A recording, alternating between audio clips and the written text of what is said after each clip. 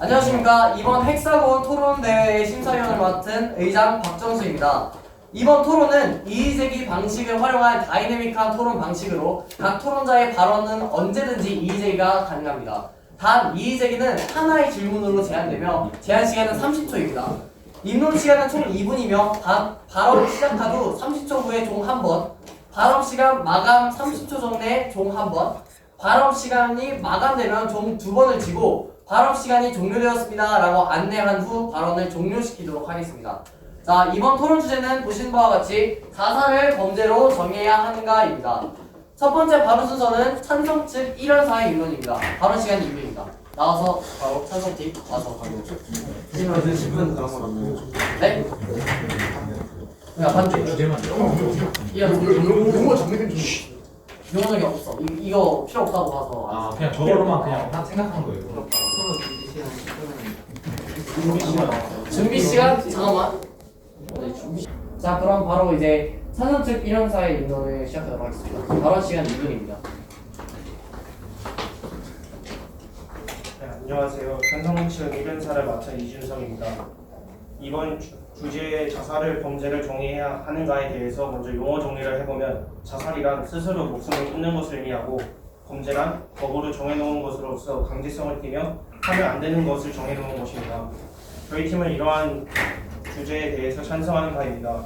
그 근거로 먼저 첫 번째로 자살로 인해서 주변 사람들에게 피해를 주게 됩니다. 자살을 하게 되면은 주변 사람을 잃었다는 상실감으로 가족이나 지인들이 큰 상실감을 얻어서 다시 일상생활로 복구하기 힘든 경우도 있으며 또 예를 들어서 무책임하게 자살을 하는 경우, 그러니까 막 빚을 지고 그다음에 돈을 갚지 않은 다음에 자살을 하는 경우에는 그 돈을 빌려준 사람은 돈을 다시 받을 방법이 없기 때문에 이러한 면에서 본다면 주변에 피해를 끼치는 것이기 때문에 범죄로 정의해야 합니다. 두 번째 근거는 일단 우리나라의 자살률이 OECD 국가 중에서 상위권으로 알고 있습니다. 이렇게 높은 자살률을 막기 위한 가장 효과적인 방법으로는 범죄로 정의해서 일단 강제적으로 진압을 하는 것입니다. 우리나라 현재까지 이런 높은 자살률을 효과적으로 낮출 수 있는 제도나 그런 것들이 성공하지 못했기 때문에 가장 최후의 수단이 법으로 정의해서 이것을 범죄로서 바라봐야 된다고 생각합니다. 세 번째 근거는 살인은 엄연한 범법 행위로 범죄라고 볼 수 있습니다. 자살 행위 또한 살인을 하는 것으로 그 대상이 타인이 아닌 나 자신을 죽이는 것이지 엄연한 살인으로 볼 수 있기 때문에 이러한 것에 대해서 범죄 행위로 보는 것이 맞다고 생각합니다. 네, 이상입니다. 자, 그럼 이어서 반대 측은 찬성팀의 입론에 대해 반박해 주시기 바랍니다. 그럼 발언 시간 2분입니다. 먼저 주변 사람에 대한 피해를 준다고 했는데 자연재해의 경우에는 자연재해가 일어났을 때 어떤 사람이 죽었습니다. 그 사람의 죽음에 대한 다른 사람들의 피해도 생기죠. 그런 피해와 동일하게 생각했을 때 그러한 피해를 범죄라고 인정할 수 있다고 보기는 어렵습니다. 또한 빚에 대한 파산 신청은 자본주의 사회의 기본 원리로서 자신의 돈이 없는 것에 대한 자신의 행동을 결정하고 있습니다. 결국엔 자기 목숨을 자기 결정권에 의해서 판단하고 한 행동인데 그런 것에 대해서 얘기하는 건 맞지 않습니다. 죽음을 방지한다고 하는데 전혀 억제성을 기대하기 어렵습니다. 왜냐하면 아까 위에서 말했듯이 판사 신청, 경제적 어려움이나 그런 어려움에 의해서 자살을 하는 경우에는 그런 법에 대한 억제성을 가진다고 해도 그러한 것을 무시하고 자살하는 경우도 생길 수 있습니다. 이 상황 반박을 마치겠습니다. 먼저 자연재해 같은 경우에는 그 사람의 의지를 갖고 한 것이 아니라 다른 어떤 불가피한 것에 대한 피해이기 때문에 이것을 범죄로 보는 것은 자살과는 엄연히 다르다고 생각하고, 그 다음에 두 번째로 물어보신 게 뭐 자본주의 사회라서 뭐 자기가 한 의사결정이라고 했는데 자살 말고도 뭐 파산 신청이라든지 그런 많은 결정이 있는데 굳이 자살을 함으로써 피하는 것은 저희 팀이 보기에는 엄연히 무책임한 행동으로 그 돈을 빌려준 사람이 손해를 보는 것이기 때문에 그것은 옳지 않은 행동이라고 봐서 범죄라고 저희는 정의한 것이고요. 그다음에 그 효과가 없다고 하셨는데 그 경제적인 이유 때문에 자살하는 경우도 있지만 다른 문제 때문에 자살을 하는 경우도 있기 때문에 그런 부분을 줄일 수 있다면 확실히 효과가 있다고 생각합니다. 네, 이상으로 그럼 반대팀의 반박을 마치도록 하겠습니다. 자, 이어서 반대팀의 입론이 있겠습니다. 발언 시간이 2분입니다. 바로 저는 자살을 범죄로 결정하면 안 된다고 생각하는 반대팀 토론자 조동현이라고 합니다. 먼저 목숨은 자기결정권입니다. 존 스튜어트 밀의 자유론에 의하면 남에게 해를 끼치지 않는다면 모든 권리는 다 자신에게 있다고 말하고 있습니다. 오로지 자신의 몫인 생명을 버린다는 것 자체를 범죄로 인정한다는 것은 범죄의 관계에 대해서 명확하게 규정할 수 없기 때문에 범죄를 정의하면 안 된다고 생각합니다. 두 번째로는 피해자를 정확하게 결정할 수 없습니다. 범죄란 가해자와 피해자가 있는 관계라고 생각합니다.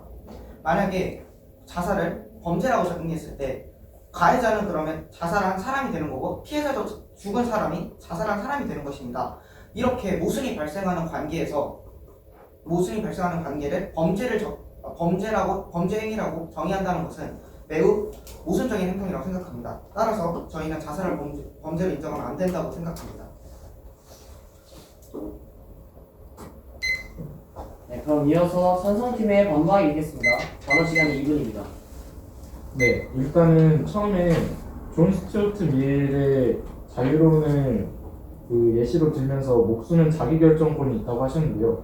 임마누엘 칸트의 주장으로는 자기의 이성과 몸이 분리되어 있어서 자살을 한다는 행위는 이성을 죽이는 것이 아니라 이 몸을 죽이는 것이라고 보아서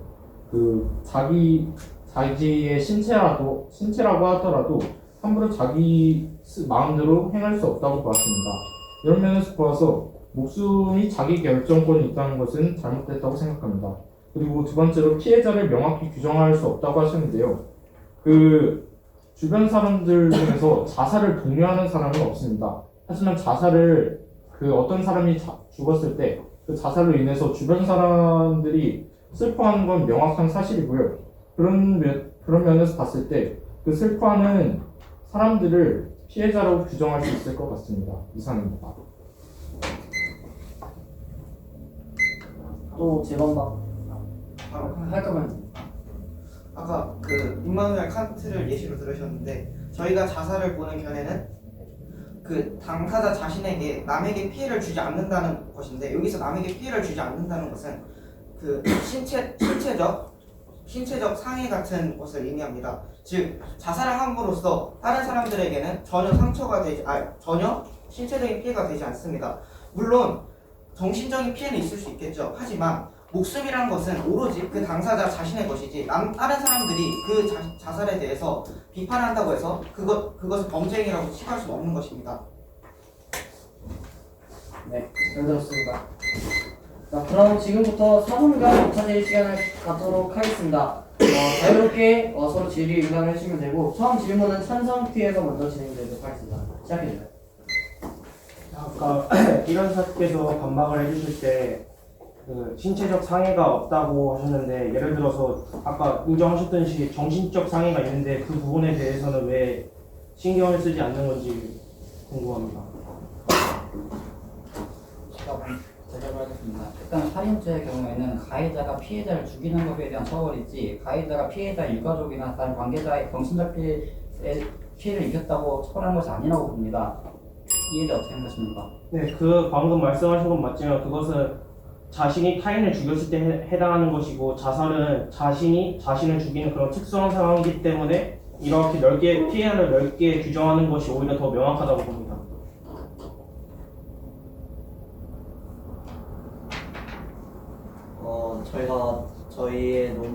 저희가 말하고 있는 바를 다시 전해드리면 저희가 말하는 것은 이제 자살을 자연재해와 유사하다고 보는 건데요. 자살을 한다는 것 자체가 일단은 그 유가족들한테는 전혀 예상치 못한 일이었을 거고 그에 대한 정신적 피해를 받았을 거고 자연재해의 경우에서도 이제 누군가가 직접 그걸 행한 주체는 명확히 드러나지 않지만 그에 대한 정신적 피해라던가 직접적인 피해들이 돌아오는데 이거에 대해서 이게 지금 자살이 자연재해와 같다고 보는 겁니다. 그래서 이거는 어떻게 제어할 수가 없는 거기 때문에 이 부분에 대해서는 조금 명확하게 이거를 범죄다라고 이렇게 해서 따지는 것 자체가 어렵다라고 말씀드리겠습니다.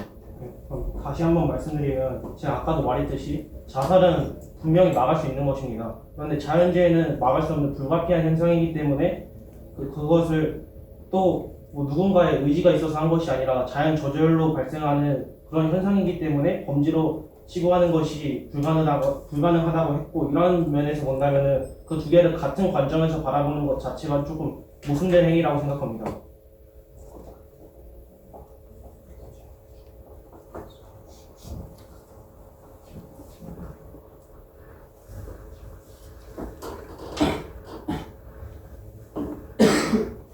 아까 자살률을 억제하기 위해서 이 자살을 범죄로 인정해야 된다고 했는데요. 이 자살을 범죄로 인정해야 한다고 하는 측은 저희 측에서는 도덕적 문제를 억제한다는 형식으로 받아들였습니다. 이는 착한 사마리안법과 같은 맥락으로 받아들였는데요.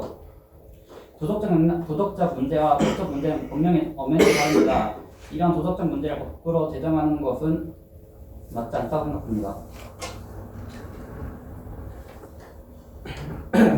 네, 저희 팀의 생각은 먼저 법이란 다시 정의해 보면은 그 최소한의 도덕적 규범 규칙으로 강제성을 띠는 것입니다. 따라서 법도 도덕의 일부라고 법의 일부가 도덕의 일부에 포함된다고 할 수 있는데, 이런 면에서 본다면은 도덕이 법제화된다고 해서 그것이 무조건 안 되는 것이 아니라 타당하고 또 최소한 이것을 해야 된다 하는 도덕이 있으면 그것은 법으로 만들어서 하는 것이 더 그 사회를 유지하는 데 도움이 된다고 봅니다.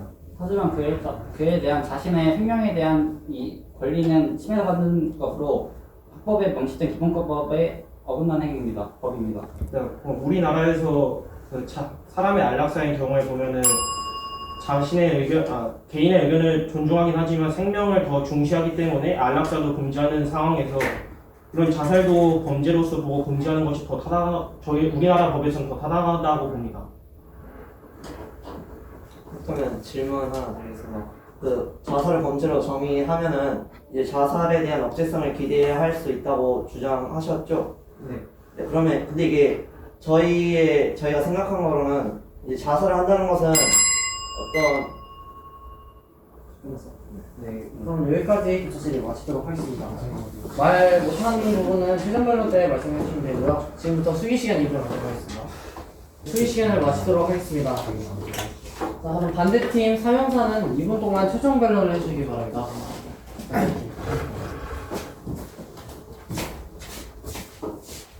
네, 반대팀 3연자 최종 반론하겠습니다.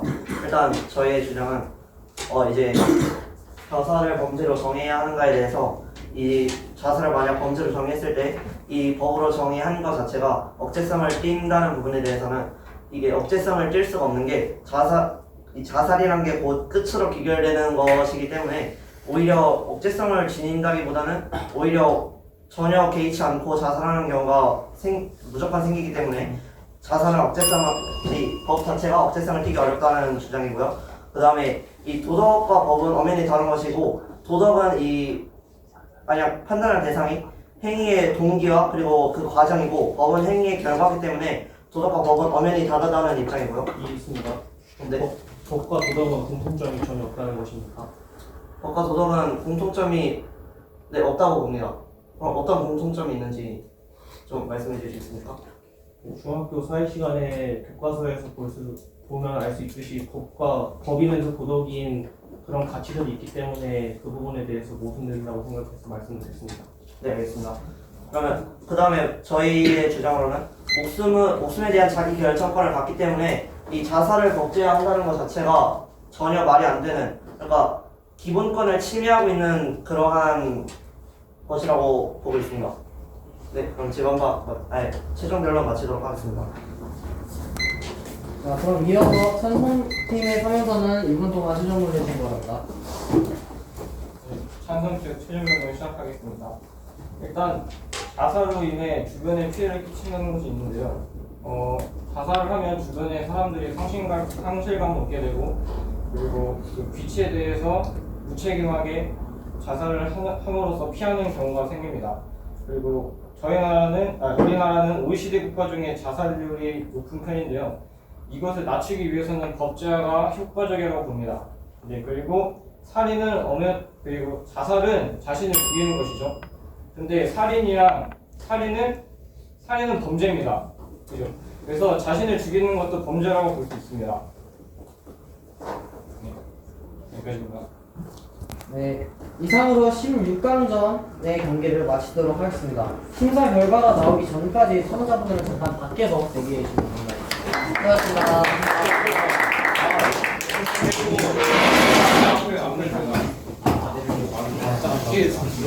그래서 이제 주전 피해 준다 했고 이제 반대가 그거 이제 자연재해랑 동일하게 이거는 막을 수 있는 게 아니라 했는데 계속 이제 자살을 이제 방지할 수 있는 거고 상담을 통해서 그다음에 개인의 의지에 따라서 발생하는 거라는 걸 한 게 너무 적절히 이제 막 한 것 같아. 그래서 이거 먼저 잘했고 그다음 나 이것도 마음에 들었어.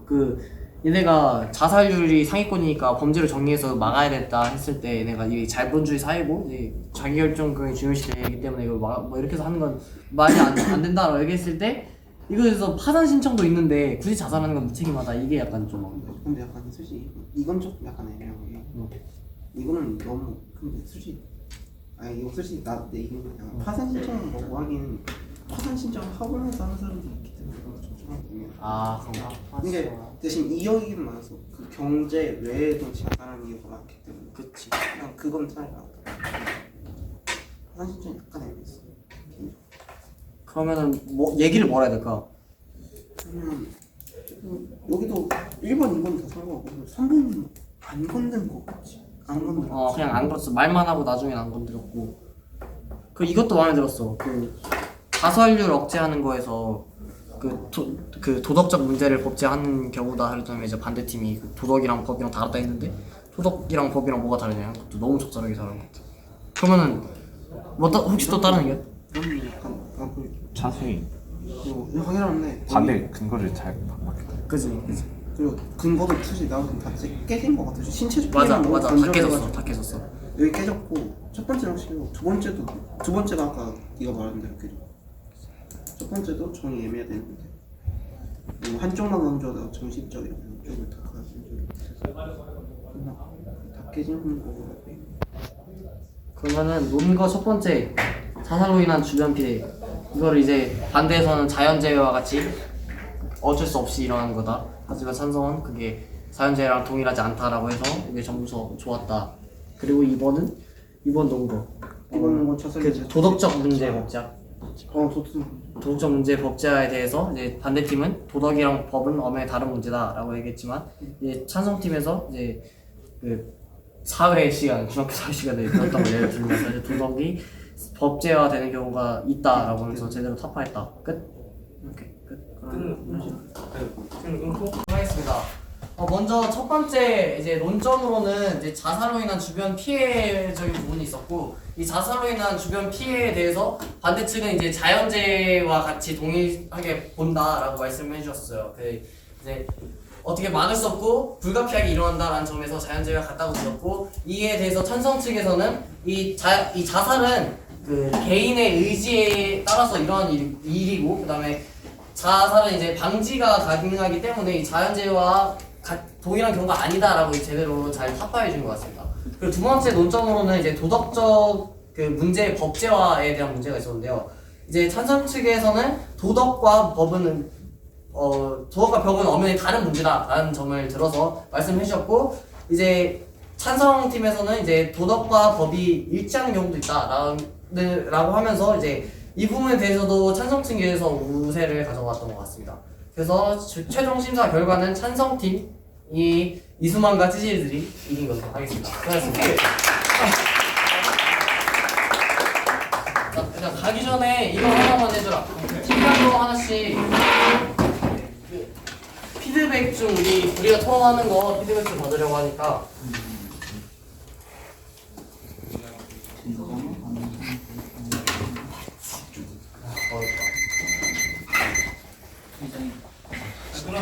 피드백 좀 천천히 해? 아니 안 했어. 빨리 끝나네. 아예 끝난 거. 아예 끝난 거.